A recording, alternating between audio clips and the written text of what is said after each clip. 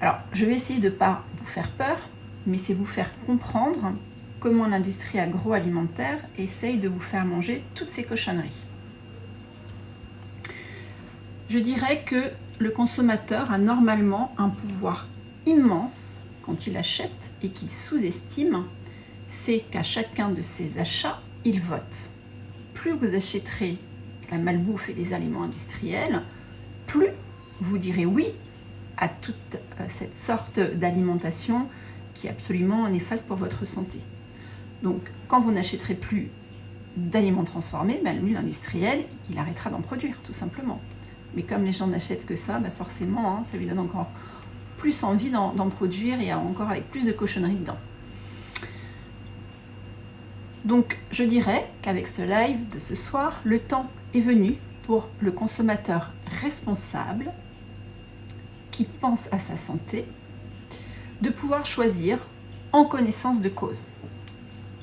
Alors, avoir une bonne éducation alimentaire peut aider à se préserver soi-même et bien sûr sa famille. De quoi? De l'obésité qui est omniprésente et rappelez-vous, 2030, un adulte sur 2 sera en surpoids important, voire obèse, un enfant sur 4. Quand je dis un enfant, c'est un enfant de moins de 15 ans.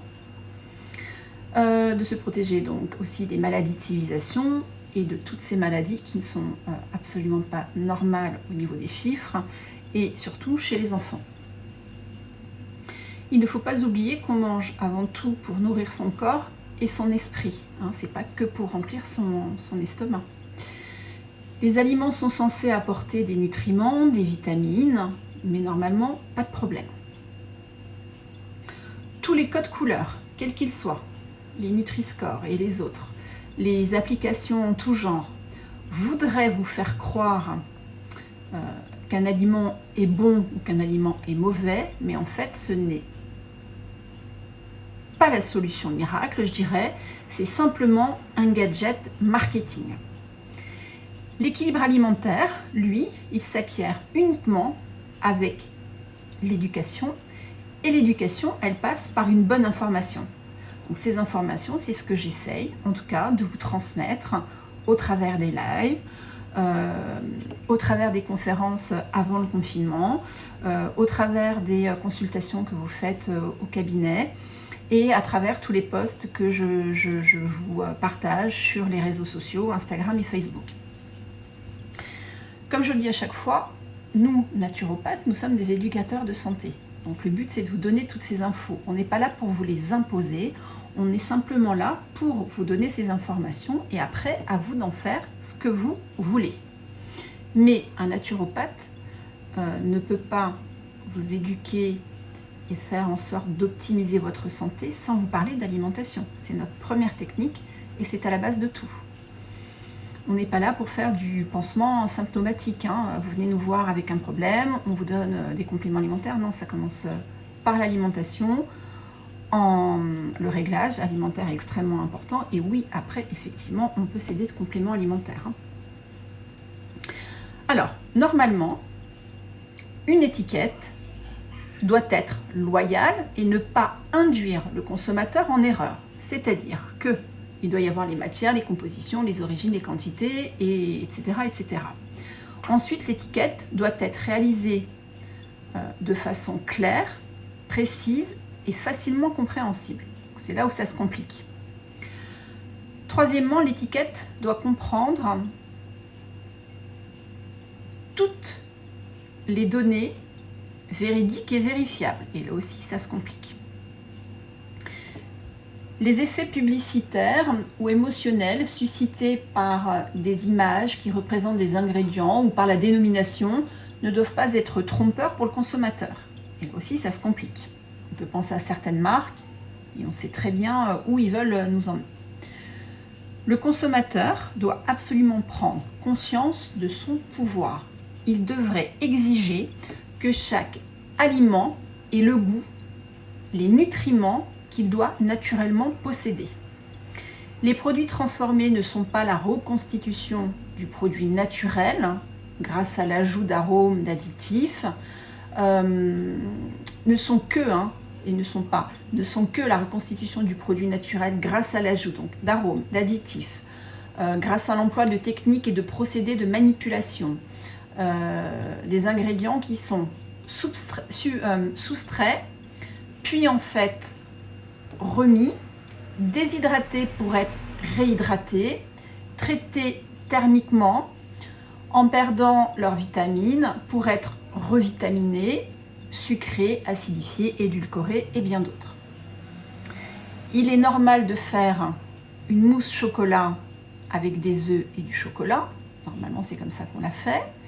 Alors, pourquoi vendre en supermarché, même bio, une mousse au chocolat qui va avoir une liste interminable d'ingrédients qui ne commence même pas par les ingrédients naturels. Il faut toujours quand même vous poser des questions quand vous achetez des produits transformés.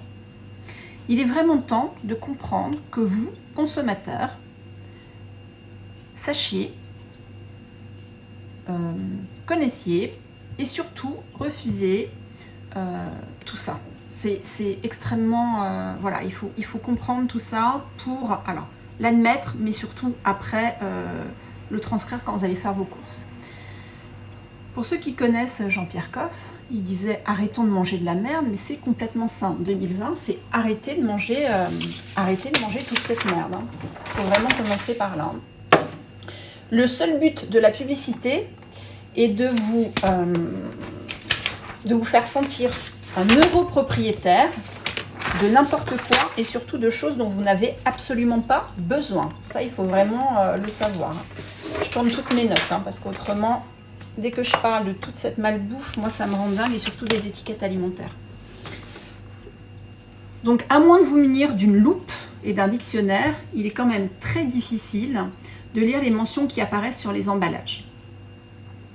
Normalement, donc, les infos obligatoires sur les denrées alimentaires sont inscrites à un endroit de manière à être parfaitement visibles. Elles doivent être indélébiles. Il n'est normalement pas possible de vendre, je vais prendre l'exemple d'une bouteille de jus de fruits, très connue, avec une marque qui se termine en A, où sur l'étiquette, vous voyez en premier mangue,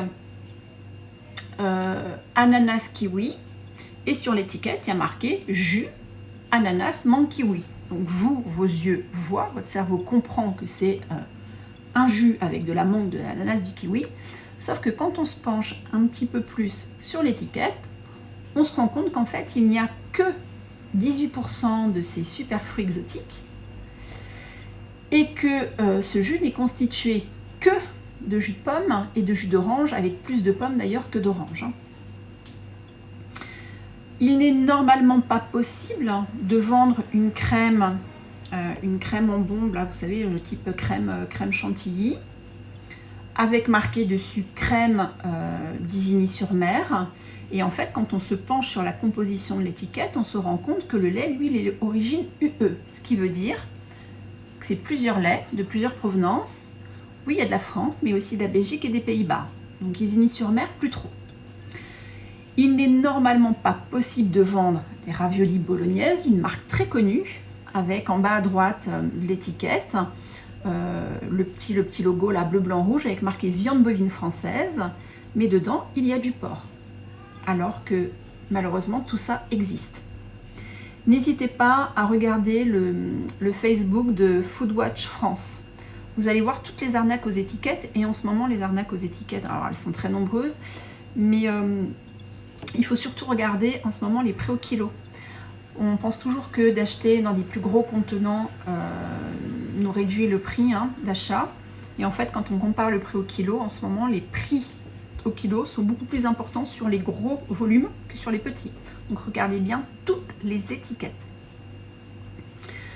On peut prendre aussi l'exemple d'une très célèbre pâte à tartiner aux noisettes, où en général, ils prônent le verre de lait, ils prônent la noisette, mais en fait, elle est composée de quoi? Premier ingrédient, c'est le sucre à 55%, 17% d'huile de palme, 13% de noisettes. Mais où est passé le lait et où est passé le chocolat? Il faut s'intéresser à tout ce qui compose un aliment transformé. Plus le nombre d'ingrédients industriels figure en tête de liste, plus vous allez avoir affaire à un produit chimique. fiez-vous uniquement à la liste des ingrédients plutôt qu'à toute autre chose figurant sur l'emballage. Sauf que le problème est que tout ne figure pas sur une étiquette et sur la composition des aliments. Il faut savoir que normalement, il existe toute une série de règles, de lois qui sont imposées à l'industriel, mais il existe aussi une série de règles qui permettent de ne pas indiquer des constituants d'une denrée alimentaire dans la liste des ingrédients. L'indication n'est pas requise pour les constituants qui, au cours du processus de fabrication, ont été temporairement soustraits pour être réincorporés ensuite en quantité ne dépassant pas la teneur initiale. Je m'explique. Le même additif qui, s'il conserve votre plat, doit être indiqué. Par contre, s'il conserve un des ingrédients, il devient complètement indétectable et là, il ne sera pas indiqué sur l'étiquette. Exemple, vous achetez des mollusques, du poisson surgelé en barquette ou en supermarché. Sur l'étiquette, il n'y aura pas noté peroxyde d'hydrogène, plus connu sous le nom d'eau oxygénée, et pourtant on va l'employer pour faire quoi? Pour blanchir et nettoyer votre poisson et votre mollusque, pour qu'il ait cette couleur plus blanche. Et ça, vous ne le savez pas quand vous achetez le poisson emballé. On a exactement la même chose avec le support, qui est exactement le même traitement de faveur. Les substances ont le même traitement de faveur. En fait, il s'agit d'additifs dans les additifs. Vous imaginez un petit peu le vice. C'est un vice absolument incroyable. Les supports, qu'est-ce que c'est? C'est des substances utilisées, tenez-vous bien, pour dissoudre, diluer, disperser, modifier physiquement de toute autre manière un additif, un arôme, un enzyme alimentaire, un nutriment et ou d'autres substances ajoutées à un aliment à des fins alimentaires ou physiologiques sans modifier sa fonction et afin de faciliter son maniement, son application ou son utilisation. Pourtant, on parle d'alimentation. Il y a aussi les substances qui ne sont pas des additifs, mais utilisés de la même manière et dans le même but. Là, c'est pareil, tenez-vous bien. Alors, agents décolorants, agents de plumaison ou d'épilation, agents de clarification, filtrage, agents de lavage, biocide. Biocide, vous savez ce que c'est, hein? Biocide, c'est ce qu'on sert en ce moment pour se laver les mains dans les gels. Hein. Solvants, résine, métaux lourds, hydrocarbures et encore bien d'autres. C'est, je ne peux pas dire que c'est de quoi éveiller en tout cas votre appétit et vos papilles gustatives. Mais tout ça est utilisé dans tous les plats transformés, sauf que vous ne le savez pas sur l'étiquette.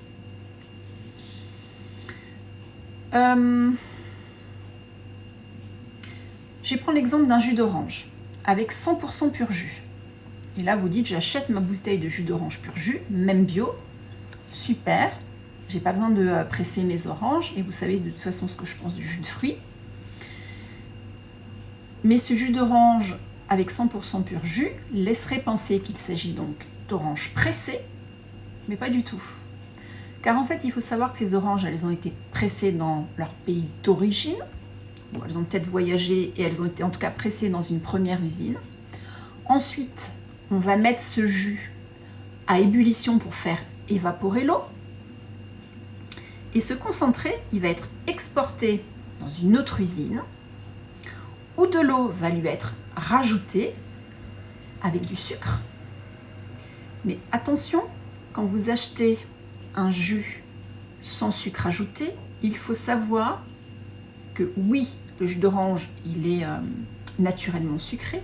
Donc, normalement, on n'a pas besoin de rajouter de sucre. Mais l'huile industrielle, on l'autorise à ne pas mentionner qu'il a rajouté du sucre quand ça ne dépasse pas 15 grammes par litre.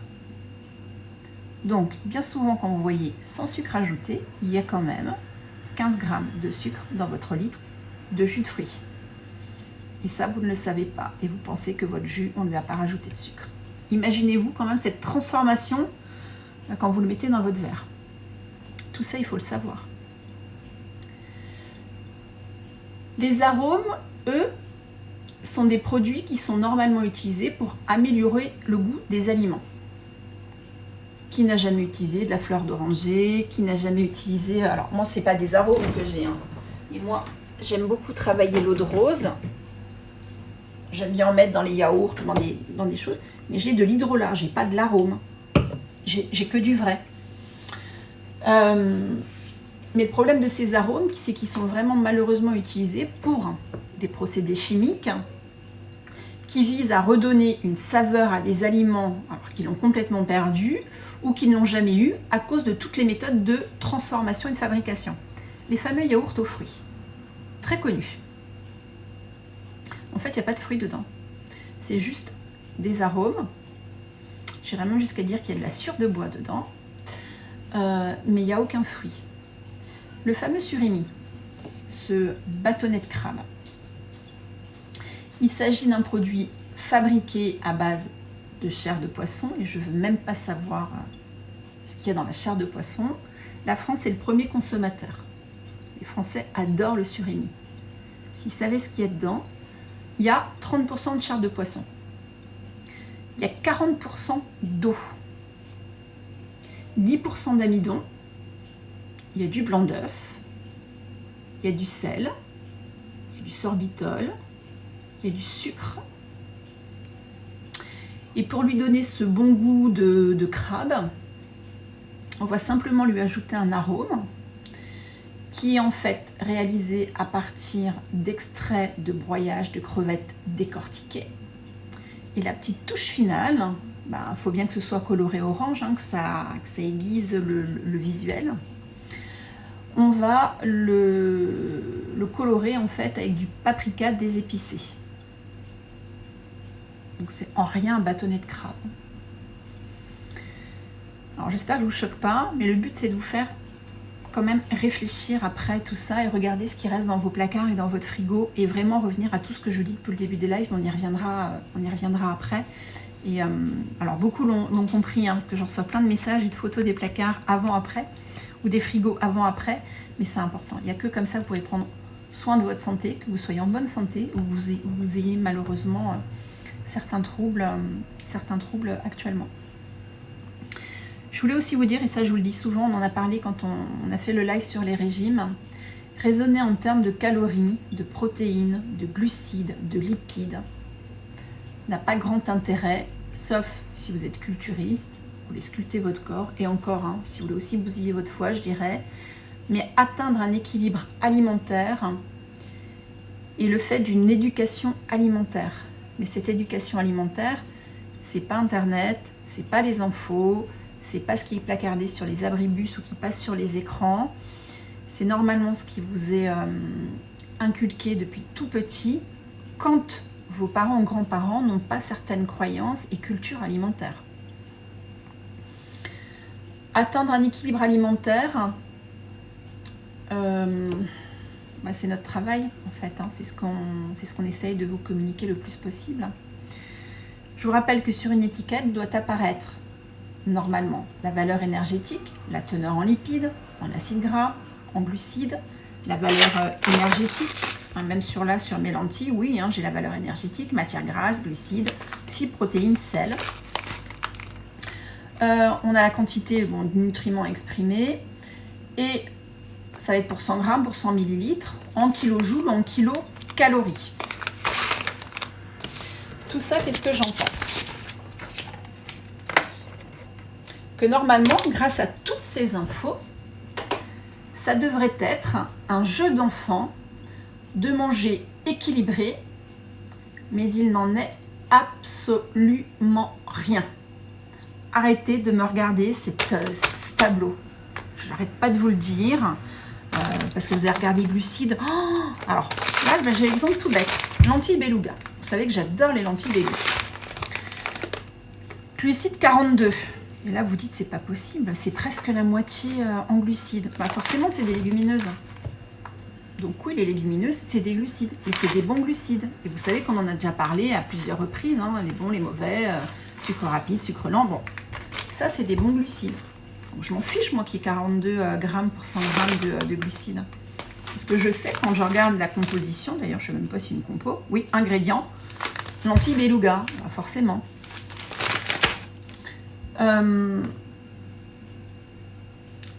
On va prendre un exemple. Si votre besoin moyen est de 2000 calories,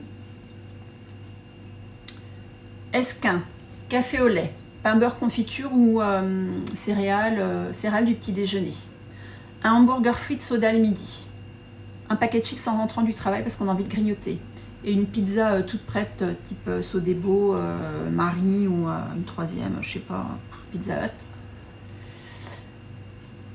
Alors oui, ça va vous permettre d'atteindre ces calories, mais autant vous dire que votre corps ne va pas vous remercier.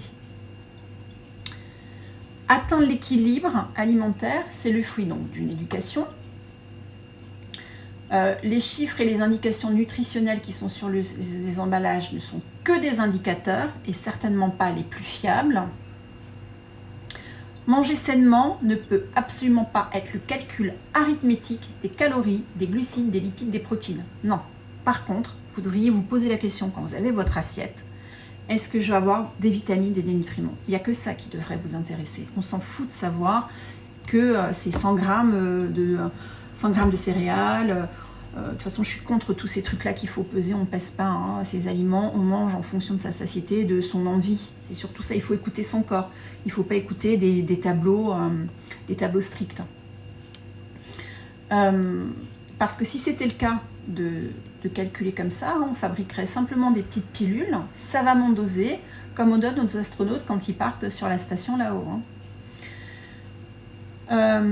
Et puis les indications ne sont pas non plus une preuve de la qualité de la nourriture que vous achetez. Donc, il faut lire attentivement les ingrédients de ce que vous achetez. Et comme je vous l'ai dit, moi c'est compliqué de lire là des ingrédients avec vous parce que moi je n'ai rien de transformé chez moi. Je peux vous sortir tout ce que j'ai dans ma cuisine. C'est que des produits bruts que je transforme moi. Il faut apprendre à lire entre les lignes. Ça, c'est extrêmement important, mais ça, vous l'aurez compris avec tous les lives que je vous fais déjà depuis quelques temps. Et que la meilleure façon de lire les étiquettes, c'est d'acheter brut et de transformer à la maison. Et vous avez vu avec les recettes qu'on fait ensemble, c'est quand même pas compliqué. Et de se faire cuire des légumes pour 2-3 jours, il n'y a pas plus simple. Alors, du coup, je vois qu'il y a une question, je regarde. Pour les yaourts, il y en a certains avec des morceaux, ce sont des vrais fruits. Oui, des vrais fruits, mais enfin bon, je préfère que vous mangiez un fruit et pas le yaourt aux fruits. Parce qu'en plus, bien souvent, ils ont été mettre du sucre en plus des fruits. Donc non, on ne mange pas des yaourts aux fruits, on mange. Si vous avez envie de manger du vrai fromage, chèvre ou brebis, achetez chez le fromager. M'achetez pas du Babybel, du Saint-Moret, du Lairdamer ou des trucs comme ça. Ça, c'est pas du fromage. Vous faites plaisir avec des fruits, mais pas des yaourts aux fruits. Enfin non, c'est des choses que j'arrive toujours pas à comprendre. On essaie de vous faire croire que ça va être sain pour vous parce que c'est culturel, c'est une croyance absolument incroyable que les produits laitiers sont vos amis pour la vie, mais vous savez ce que j'en pense.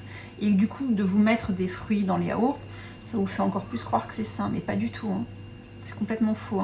Je vous avais posté un exemple de yaourt 0% taille fine en vous mettant tout ce qu'il y avait dedans. C'est que des additifs. Donc, faut surtout pas manger ces choses-là. Donc, les étiquettes, vous avez bien compris. Je ne vais pas là, ce soir, vous apprendre à lire une étiquette. Parce que vous avez compris que le plus intéressant dans la lecture d'une étiquette, c'était la composition. Et comme je vous le dis à chaque fois, s'il y a plus de 5 ingrédients, même déjà plus de 4, qui composent votre aliment, c'est déjà pas normal. Moi, quand je fais cuire mes légumes, j'ai mes légumes et éventuellement un peu d'épices, mais je mets rien d'autre. Il n'y a pas d'amidon, il n'y a pas d'exhausteur de goût, il n'y a pas de sel parce que je cuisine jamais avec du sel.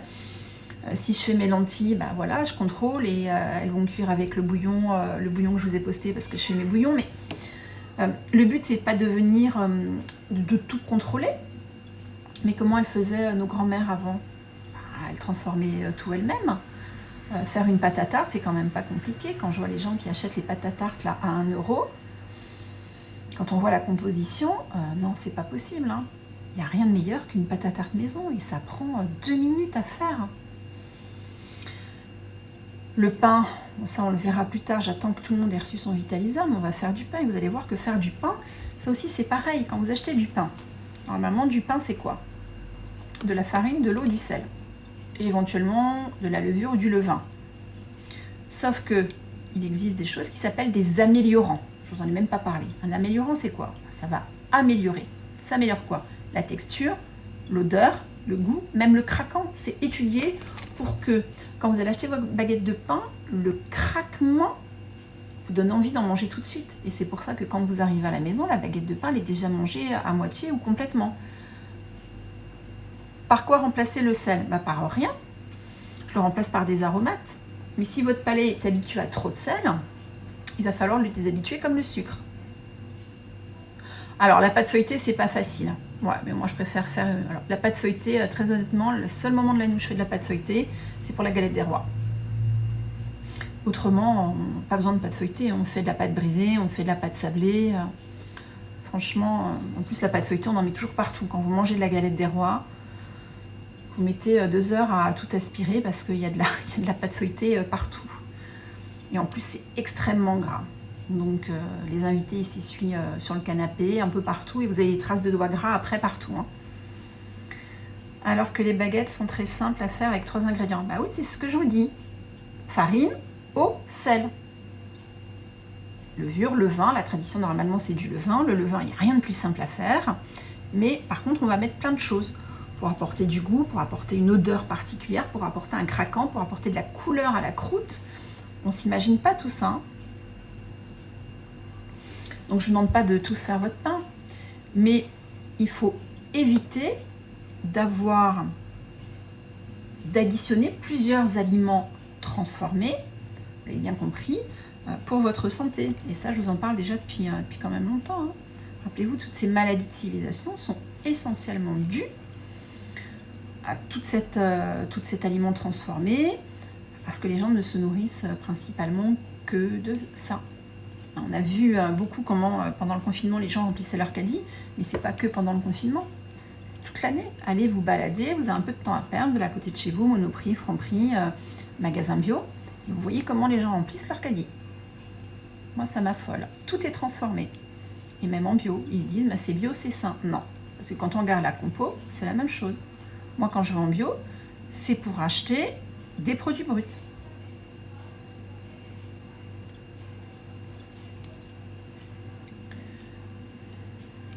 Alors, je pense que vous n'attendiez pas à ce genre de live, parce que vous êtes dit, Sophie, elle va nous apprendre à lire glucides, protéines, mais ça, je m'en fous.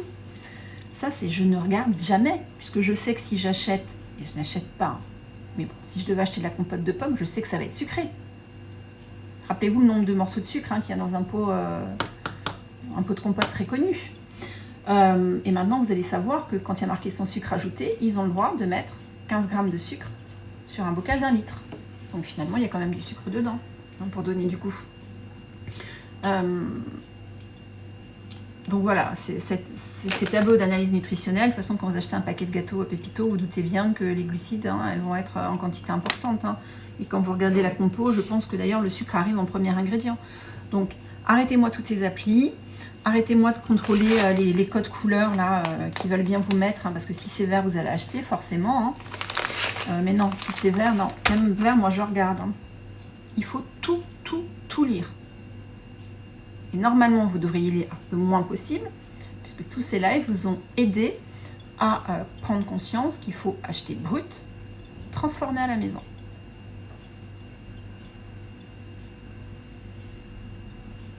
Par quel type de farine on peut remplacer la farine blanche? Déjà, aucune farine blanche à la maison. On a de la farine semi-complète ou complète. Si on consomme du blé, on l'achète bio. Rappelez-vous, pourquoi?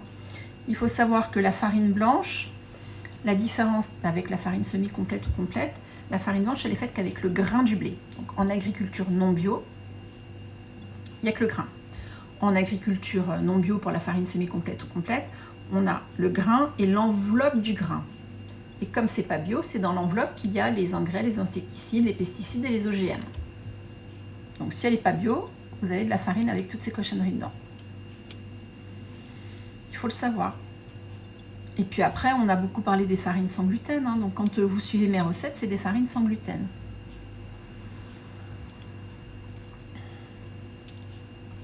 Est-ce qu'il y a des questions? Je vous mettrai juste après un livre qui est absolument génial, qui s'appelle La grande arnaque de manger sain, qui va vous faire comprendre beaucoup de choses. Moi, je vous le dis avec mes mots, j'essaye pas de vous choquer, hein, mais c'est simplement, voilà, je dis toujours, hein, j'amène cette petite graine qui ne demande qu'à germer. Chez certains, ça va être très rapide, chez d'autres, ça va demander du temps. J'ai reçu un message il y a 2 jours d'une personne qui m'avait vu intervenir en conférence il y a 3 ans et qui me dit, j'ai mis tout ce temps pour comprendre pourquoi vous nous aviez dit tout ça. Donc moi, moi je suis contente, même 3, 5, 10 ans, ça ne demande qu'à germer. Chez certains, ça demande un peu plus de temps que d'autres. Mais le but, c'est que ça arrive à germer à un moment donné. Et du coup, qu'on mette vraiment en place les bonnes choses. Donc je vous rappelle, hein, c'est à chaque fois, je vous dis la même chose, hein, je radote, hein, mais en tout cas, voilà, si on achète brut, on transforme à la maison, on évite les ustensiles en Tefal, on évite le plastique, stop au micro-ondes, n'achetez pas n'importe quoi comme ustensile de cuisine, revenez vraiment à des choses basiques. Et oui, je vais encore parler du vitaliseur, mais bon, le vitaliseur, ça reste de l'inox, fabrication Portugal-France, c'est quand même extrêmement étudié, ça dure toute une vie, donc quand vous investissez dedans, vous le gardez toute une vie. Et il y en a certains qui l'ont acheté dès qu'il est sorti, hein, on va fêter quand même ses 35 ans, et qui ont cédé l'ancien modèle à des enfants, à des petits-enfants, qui sont achetés le dernier, mais parce qu'il est un peu plus, au niveau du look, il est plus sympa, mais l'inox, ça ne s'abîme pas, ça ne se raye pas, voilà. Il faut investir dans des choses qui vont durer longtemps, qui vont être bénéfiques à votre santé. Le plus dur, c'est avec la famille, je suis d'accord. Donc, on n'impose pas, on suggère, on soumet. Il est difficile dans une famille quand il n'y en a qu'un qui a envie de changer son alimentation. Donc, il faut expliquer pourquoi il est important de changer son alimentation et puis de temps en temps lâcher du lest. Hein. Si un soir, les ados ont envie de manger McDo ou le conjoint a envie de manger McDo, ben pourquoi pas? Parce que ça va être son plaisir, mais pas tous les soirs. Si un soir vous avez envie de vous prendre une pizza emportée, oui, mais par contre c'est pas un soir pizza, un soir McDo, un soir kebab, un soir ravioli en boîte, un soir salade sodebo ou autre. Non, voilà, c'est pourquoi pas une fois par semaine, on se fait plaisir, mais le reste du temps c'est important, et comprendre pourquoi c'est important, et que même si jusqu'à présent j'ai pas trop de problèmes de santé, faut pas non plus que j'use mon capital santé. Hein, je vous l'ai déjà dit, vous avez comme une batterie. La batterie de votre téléphone, elle vous prévient quand vous arrivez à 20%, c'est le moment d'aller brancher ou de faire attention, de se mettre en économie d'énergie. Lui, votre corps, il vous le dit pas. Hein. Quand il vous dit, c'est trop tard. Et c'est pour ça que j'ai au cabinet des gens qui me disent, si j'avais su, j'aurais pas attendu d'être malade pour faire attention à ce que je mange. C'est souvent comme ça qu'on arrive dans les cabinets des naturaux, hein. Tout simplement. J'ai du mal à convaincre mon mari, mais il faut y aller petit à petit et avoir ce genre de discussion et regarder des bons documentaires ensemble. Je vous en poste souvent sur Facebook, c'est vraiment des documentaires à voir en famille et qui amènent discussion et qui amènent aussi un éveil de conscience, hein, c'est comme pour tout. Hein. Donc non, je ne vous demande pas de vous convertir au végétarisme ou au végétalisme, hein, mais si vous mangez de la viande, il faut manger de la viande de très bonne qualité. Si vous mangez du poisson, faites attention au genre de poisson que vous consommez. Les œufs, il faut qu'ils soient bio, France, poulet élevé en plein air. Et manger des fruits, des légumes de saison et tout ce qui peut être local. Moi, quand j'achète mes fruits, voilà, c'est mon ail noir, mais c'est pareil, l'ail noir. Hein. On sait d'où elle vient du Gers, hein, parce on a eu les producteurs en face. Alors, si je regarde l'étiquette nutritionnelle, oui, il y a aussi 42 glucides. Mais si je regarde ma composition, c'est de l'ail noir. J'ai rien d'autre. Mes bananes, elles n'ont pas besoin d'avoir d'étiquette. Là, j'ai acheté des pêches, des abricots, j'ai pas besoin d'avoir d'étiquette, c'est des fruits. Donc si j'avais une étiquette, oui, les glucides me feraient peur. Mais non, c'est des fruits et c'est du sucre naturel. Alors, moi, il mange ce que je fais, donc il n'a pas le choix, mais parfois, il mange des choses en plus que je ne contrôle pas. C'est pas grave. Que la majorité de son alimentation est saine. Non. Il faut accepter que dans la famille, en plus si vous avez des enfants, des ados, c'est compliqué, Et surtout qu'à un moment donné de l'adolescence, on a envie de faire tout le contraire pour embêter les parents. Je suis maman d'une ado, alors en plus être fille de naturo, c'est peut-être pas évident tout le temps, mais je la laisse faire. Quand elle vient me voir en me disant, t'as vu maman les boutons, bah, de toute façon, elle a la réponse déjà toute seule. Elle sait parce qu'elle a fait un excès certainement avec les copines dehors et que moi j'ai pas contrôlé, mais je ne contrôle pas tout. Je la laisse faire son expérience, tout simplement.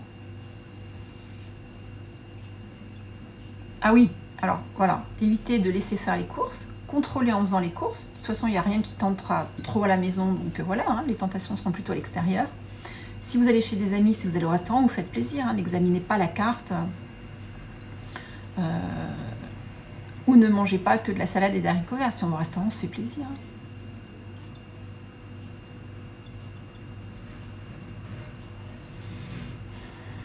Est-ce qu'il y a d'autres questions? Dites-moi. Désolée, je bois un petit coup, j'ai soif. Dites-moi en commentaire.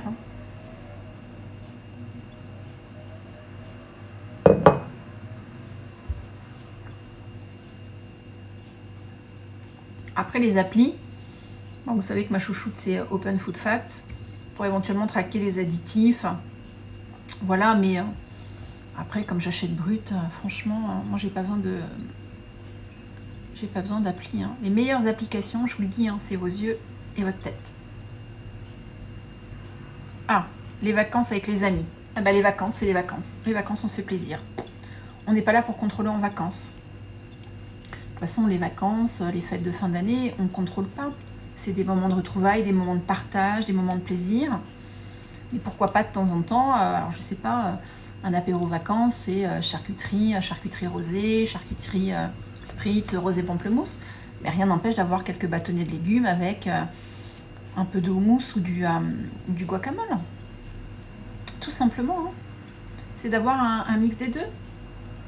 Pourquoi est-ce que ceux qui mangent mal devraient toujours imposer leur malbouffe aux autres? Et pourquoi pas ceux qui mangent sainement ne pourraient pas imposer un peu leur alimentation saine? C'est un partage de tout.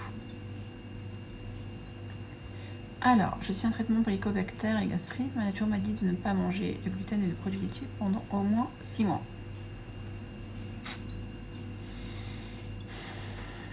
Après l'hélicobacter, il faut voir aussi comment il est traité. S'il est traité en médecine allopathique, de toute façon ça décape tout. Alors je dirais que... voilà, mais... après ça dépend pourquoi on est accro au gluten. Hein. Si c'est un accro, si on est vraiment très accro aux pâtes, on peut quand même se passer des pâtes. Hein. Et après les produits laitiers, il faut voir ce qu'on mange comme produits laitiers. Hein. Après moi, dans les accompagnements, je n'impose jamais. Je suggère. Sauf certains accompagnements. Forcément, je suis spécialisée en cancéro, en oncologie. Là, je fais diminuer tous les mauvais sucres. Hein. Mais par contre, oui, un hélico... en tout cas, je fais comprendre que pour que ça fonctionne, pour pas que ça revienne, parce que c'est quand même très douloureux, il est mieux de faire une éviction totale, en tout cas 75% pendant 6 mois, et que l'hélicobacter ne revienne pas, que tous les ans, vous ayez le fameux traitement allopathique qui vous détruit l'intestin, le microbiote et tout le reste. Et l'hélicobacter reviendra. Quand on reçoit 10 personnes, ah bah moi, je peux vous dire que quand je fais les ateliers cuisine, je dépense pas des fortunes. Hein.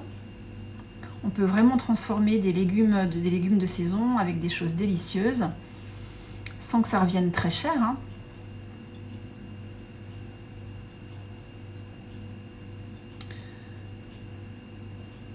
Mais si je vais au restaurant de temps en temps, bah, au resto il y a autre chose que du gluten quand même. Enfin, j'ose espérer. Moi, dans les restaurants où je vais, il n'y a pas de gluten. Hein. Le gluten, c'est le pain, mais il n'y a pas de pâte. Est-ce que il faut que tous les aliments soient bio? Alors, principalement, l'épicerie sèche, c'est mieux qu'elle soit bio quand même. Moi, mes légumineuses, les graines germées, le riz, les farines sont bio. Après, les fruits et les légumes, je ne vous cache pas qu'en ce moment, j'achète pas de fraises et de cerises bio. Il faut absolument les acheter bio parce que c'est des buvards à pesticides. Donc moi, tant que ce sera au prix où c'est en ce moment, j'en achète pas. J'attendrai qu'il y en ait plus et que les prix baissent. Par contre, là, j'ai acheté... je me suis fait un... Elle est où? Elle est cachée où? Eh ben, je sais pas. Je me suis fait... Ah, si. Bah. Elle est là.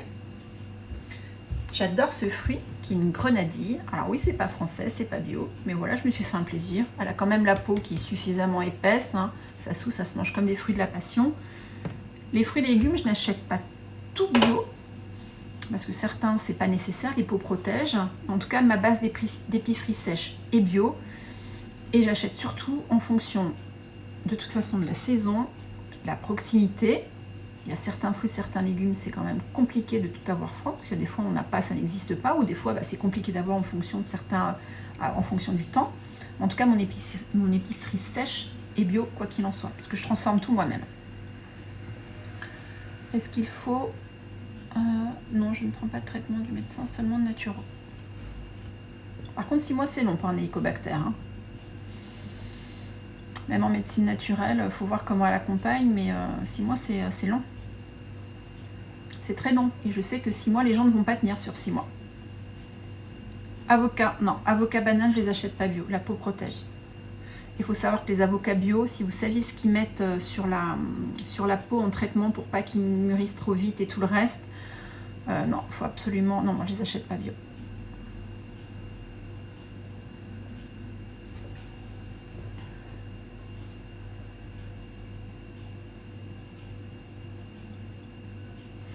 Après tout ce que je vous dis, il y a plusieurs vérités, mais en tout cas, voilà, c'est ma vérité, c'est mon expérience, qui est une expérience de 46 ans, qui m'a quand même été transmise par des grands-parents, par des parents qui mangeaient quand même très sainement, qui produisaient eux-mêmes. Ça aussi, c'est une chance, mais voilà, ça ne s'invente pas, hein.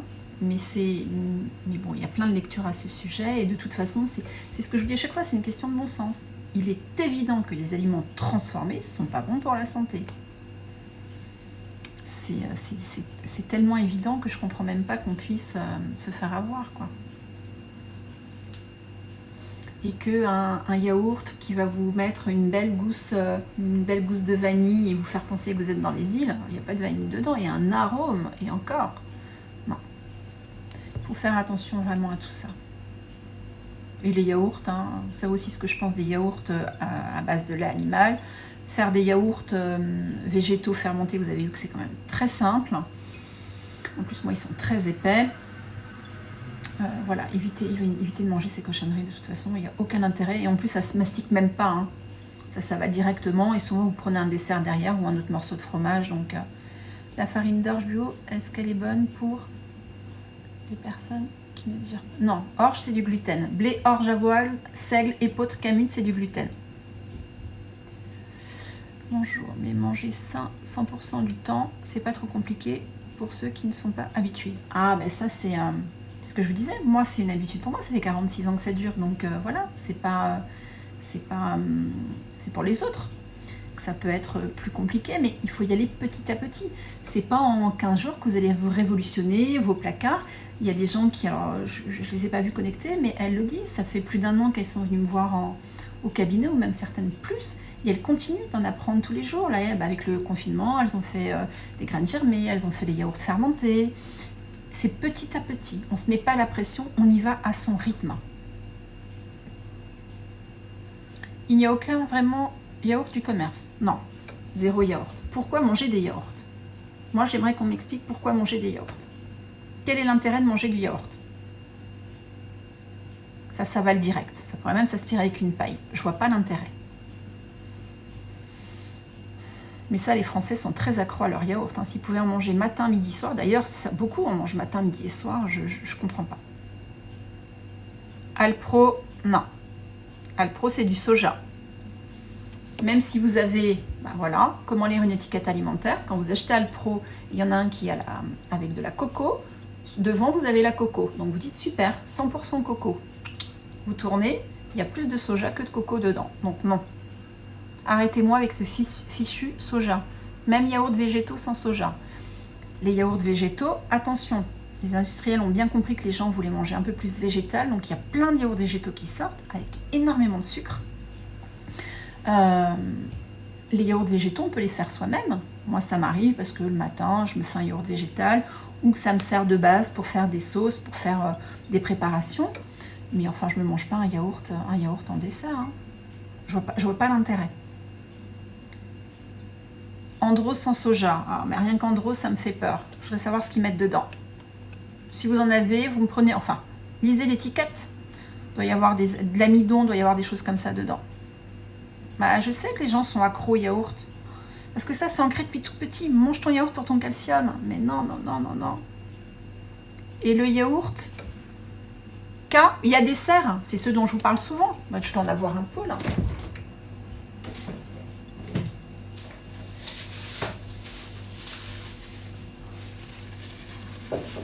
Il y a des serres, oui, mais c'est du fermenté. Mais moi, je ne vais pas forcément le manger comme ça. Ou quand je prépare des bowls le matin, oui, mais je mets autre chose dedans. Enfin, je ne m'amuse pas. Parce que ça, il y a des gens qui arrivent à se le manger devant la télé. Hein. Je ne vois pas l'intérêt. Mais il y a des serres, je m'en sers pour faire des préparations, pour faire des bowls. Mais je vais mettre du pollen, je vais mettre des graines. Je peux mettre éventuellement des flocons. Vous savez que j'aime bien faire tremper des flocons la veille au soir avec du yaourt végétal. Et je mets des épices.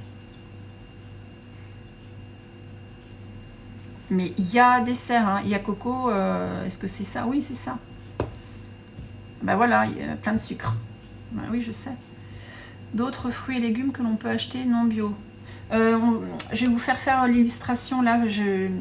Karine, je ne sais pas si elle est connectée, elle m'a envoyé plein d'illustrations dont le trempage des graines, les protéines végétales, le calcium, mais j'ai pas encore eu le temps de les regarder pour éventuellement les corriger s'il y avait besoin. Donc ça, c'est quelque chose qu'on va vous faire.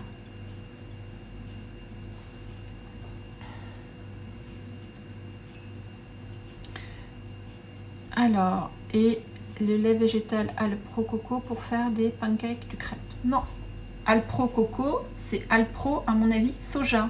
Et j'avais regardé il y a quelques temps, la composition, vous avez du soja dedans. Non. Mais après, elle est postée, hein, là je crois, la vidéo sur les yaourts végétaux. Regardez-la, il n'y a rien de plus simple que de faire ces yaourts végétaux fermentés.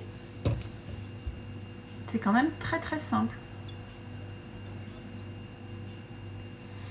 Je fais très attention au temps pour pouvoir sauvegarder la vidéo et essayer de la mettre sur YouTube. Ça fait 10 jours, j'arrive à mettre aucune vidéo sur YouTube, ça ne veut pas charger. Donc là, je vais essayer de la sauvegarder, celle-ci, pour ceux qui n'ont pas pu se connecter à temps. Donc s'il y a des questions, vous n'hésitez pas à me les poser. Je vous avais dit qu'on se retrouverait dimanche pour cuisiner ensemble. J'avais un peu oublié que c'était la fête des mamans. Donc, on ne va pas cuisiner ensemble dimanche, parce que j'ai promis à ma fille de garder la journée pour certainement une surprise qu'elle va me faire. Donc on ne se retrouvera pas dimanche pour cuisiner, mais on se retrouve mardi prochain à 18h30 pour un live. Alors je ne sais pas encore quel thème, mais bon, vous pouvez me soumettre des idées. En tout cas voilà, on se retrouve à 18h30 mardi pour un live pour parler d'alimentation, de santé, c'est toujours pareil. Et puis s'il y avait quoi que ce soit, vous me contactez en message privé. Vous n'hésitez vraiment pas. Je termine vos questions. Il reste encore 2 minutes. Pour les ulcères, de toute façon, ulcères gastriques, hein, oui, il y a forcément un lien avec l'alimentation et surtout la digestion. Et puis à savoir si on est en hypochloridrie ou en hyperchloridrie, si on a assez d'acidité ou pas assez d'acidité.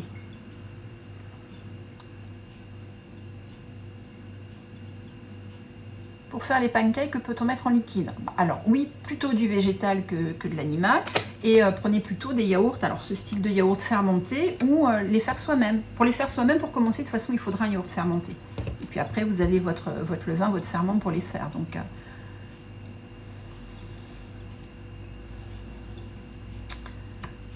pas d'autres questions? Donc je vous souhaite à tous une bonne soirée. Je pourrais même vous dire bon appétit puisque ça va être l'heure. Ou alors bonne chance en fonction de ce que vous allez mettre dans votre assiette. Et puis comme chaque soir, hein, chaque live, je vous dis, hein, n'attendez pas pour prendre votre santé en main. Et c'est vraiment le cas. Il faut absolument y réfléchir. Et puis je vous dis à mardi 18h30. Bye bye.